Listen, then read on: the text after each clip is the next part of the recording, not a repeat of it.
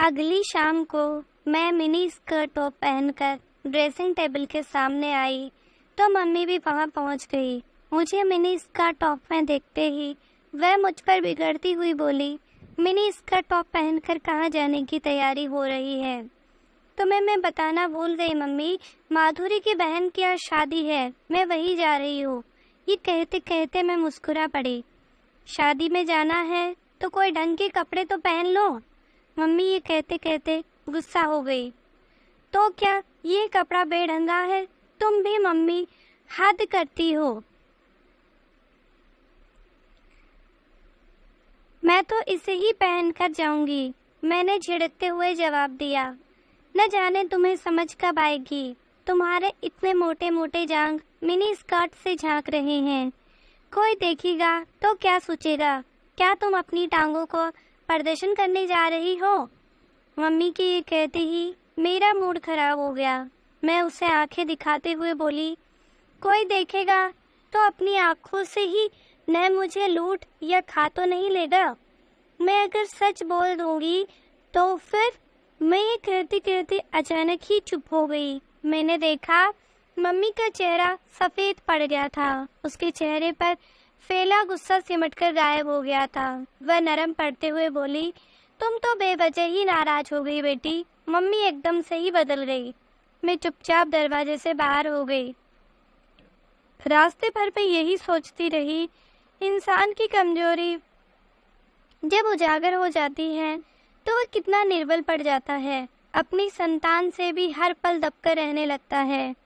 Mummy की स्थिति कुछ ऐसी ही थी।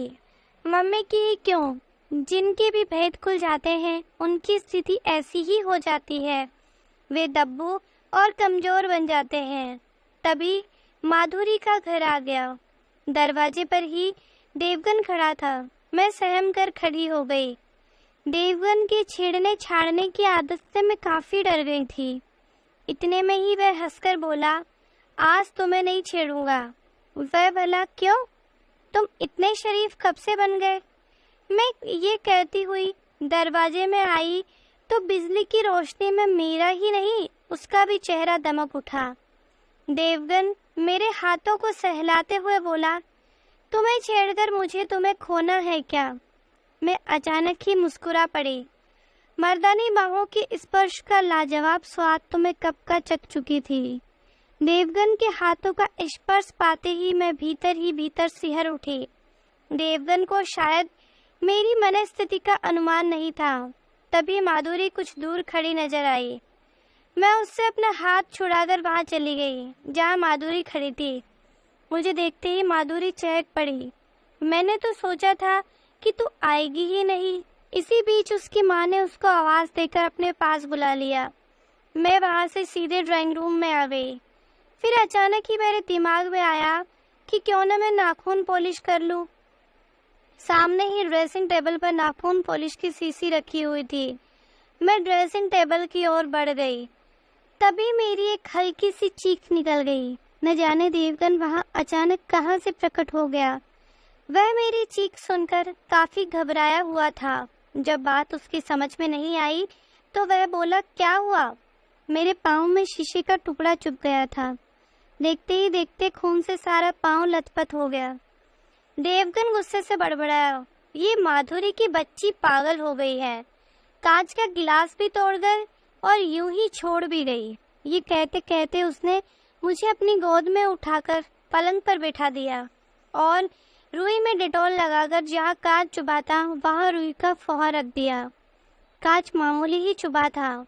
मैं सोचने लगी, क्या देवगन मुझे उतनी ही खुशी दे सकता है जितना उस युवक ने उस रात दिया था? वैसे देवगन मुझ पर मुक्त तो है। तभी देवगन बोला, ठहरो, मैं तुम्हारे लिए चाय लेके आता हूँ। वह हवा की तरह गया और एक कप चाय का लेकर आ गया। मैं बरबस ही हंस पड़ी। तुम्हारी चाय कहाँ है? यही कहीं है। तुम पहले आधी चाय पी तो लो। आधी चाय? क्या तुम झूठी चाय पियोगे? मैं आश्चर्य से बोली, क्यों? मैं तुम्हारी झूठी चाय नहीं पी सकता। एक दूसरे का झूठा खाने पीने से ही तो आपस की शर्म झिझक कम होती है। काजोल, मैं तुम्हें बहुत ही पसंद करता हूँ। मैं मन ही मन मुस्कुराई ही नहीं, इतरा भी उठी। तुम मुझसे कितना प्यार करते हो ये तो मुझे नहीं मालूम, लेकिन ये तो पता ही है कि तुम मेरी देह के आशिक हो और मैं भी तुम्हारे पुरुष देह अष्टि की दीवानी हूँ। तुम मेरे जीवन में आने वाले दूसरे पुरुष होगे। मुझे देखना है तुम्हारी मर्दानी बाहों में कितना आनंद है, कितना नयापन है और कितना एक स्त्री को खुश करने का जादू है। इसी दौरान देवगन मुझे लूट लेने वाली निगाहों से घूरता हुआ बोला, काजोल चाय तो पियो, ठंडी हो रही है। मैं मंद मंद मुस्कुराती हुई चाय पीने लगी। अभी मैंने आधी चाय ही पी थी कि उसने मेरे हाथ से कप छीन लिया और बोला, तुम्हारे होठों का स्पर्श पाकर चाय कितनी स्वादिष्ट हो गई है। न मालूम तुम्हारे होठों के स्पर्श में कितनी मदहोशी होगी, कितनी जादुई मिठास होगी और कितनी ताजगी होगी। मैं आश्चर्य से उसे देख रही थी। वह चाय की चुस्कियां बड़े मजे से ले रहा था। तभी बारात आने का शोर हुआ। मैं पलंग से उठकर विवाह मंडप की ओर बढ़ गई। इसके दूसरे दिन तड़के मेरी आंख खुली तो आंखों के सामने अनायास ही देवगन नाच गया।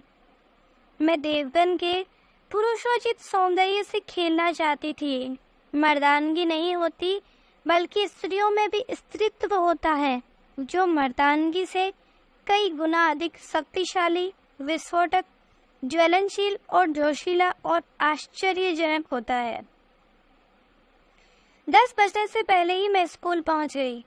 देवगन गेट पर ही मिल गया। मैंने दूर से ही देखा, वह मुझसे कहीं अधिक उतावला था। मेरे नजदीक आते ही वह बोला, माधुरी बीमार है, उसने तुम्हें घर पर बुलाया है। मैं माधुरी के बीमार होने की बात सुनकर चिंतित हो उठी। कहीं माधुरी को उसके पापा ने किशोर को लेकर बुरा भला तो नहीं कहा है। मैं ये सोचते ही देवगन के साथ उसके लिए घर के लिए चल दी। कोई 20 मिनट के बाद मैं देवगन के साथ उसके घर के नज़दीक आई तो दरवाजे पर बड़ा सा ताला लटका हुआ था। मैंने आश्चर्य से देवगन की तरफ देखा तो वह हंसने लगा। माफ़ करना, मैं झूठ बोला था। हकीकत तो ये है कि माधुरी दीदी के साथ उसके ससुराल गई है और मम्मी पापा शहर से बाहर है। तो फिर तुम्हें झूठ बोलने की क्या जरूरत थी? तुम ये ताला खोलोगे कैसे? मैं ये कहते कहते चिंतित हो उठी। इस ताले की चाबी तो मेरी जेब में है और झूठ तो थोड़ा बहुत बोलना ही पड़ता है। ये कहकर उसने ताले में चाबी लगा दी। ताला खुलते ही उसने बड़ी फुर्ती से दरवाज़ा खोल दिया। हम दोनों अंदर आ गए, फिर दरवाज़ा बंद कर दिया। बेडरूम में आते ही देवगन ने अलमारी से इत्र का एक शीशी निकाली और मेरे अंगों पर स्प्रे कर दिया। न जाने वह कैसा इत्र था, मेरे शरीर में उसकी खुशबू समाते ही मैं मदहोश हो गई और देवगन की बाहों में समाने के लिए मचल उठी। तभी वह जोर से हंसा। इसे मैं सेक्सी इत्र कहता हूँ। पापा को मैंने मम्मी के शरीर पर स्प्रे करते हुए कई बार देखा है। वह भी इसे सेक्सी या मदहोश कर देने वाला इत्र ही कहते हैं। ये कहते कहते उसने पूरे बिस्तर पर स्प्रे कर दिया। पूरा कमरा मदहोशी के आलम में डूब गया। बाहर की हवा भी आएगी तो सुगंधित हो उठेगी। मैं ये सुनकर हल्की सी मुस्कुराई, फिर बिस्तर पर निढाल पड़ गई। देवगन बोला, आज गर्मी बहुत है, कपड़े तो उतार दो। हाँ, गर्मी तो है। कहते हुए मैंने कपड़े उतार दिए। देवगन शांति से कहाँ बैठने वाला था, वह झुककर मेरे तलवे चाटने लगा। मैं चाहकर भी अपने पैर खींच न सकी। शुरू में तो बड़ा ही अजीब सा लगा, लेकिन धीरे धीरे मुझे अच्छा लगने लगा। मैं बुदबुदाई, कहने को तो पुरुष कहते हैं कि स्त्रियां मर्दों के पाँव की धूल है, पर क्या वे झूठ नहीं बोलते हैं? यहाँ तो मेरे पाँव की धूल देवगन ही बना है। तभी अचानक मैं उचक सी गई देवगन मेरे पाँवों को चूमते हुए आगे की ओर बढ़ता जा रहा था। मैं तो उसकी इस दीवानगी को देखकर पागल हुई जा रही थी। हंसती हुई मैं बोली, अरे बुद्धू, तुमने ये सब कहाँ से सीखा है? मैंने पापा को ऐसे करते देखा है, तो तुम तांचाक भी करते हो?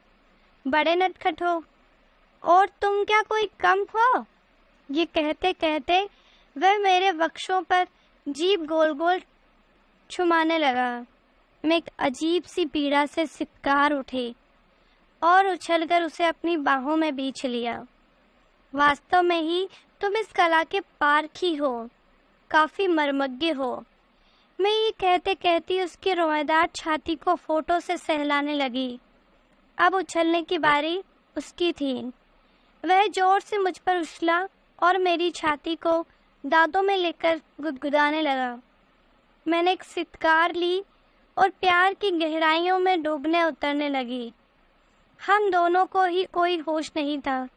हम इतने आक्रामक हो गए थे कि मधुर स्पर्श ने नोच खरोच का रूप ले लिया था।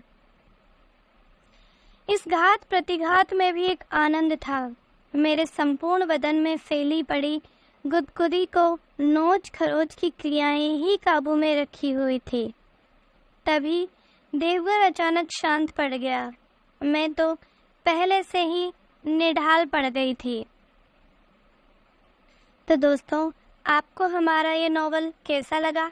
इस नॉवल का अगला भाग देखने के लिए प्लीज़ चैनल को लाइक एंड सब्सक्राइब करना मत भूलिएगा। Thank you.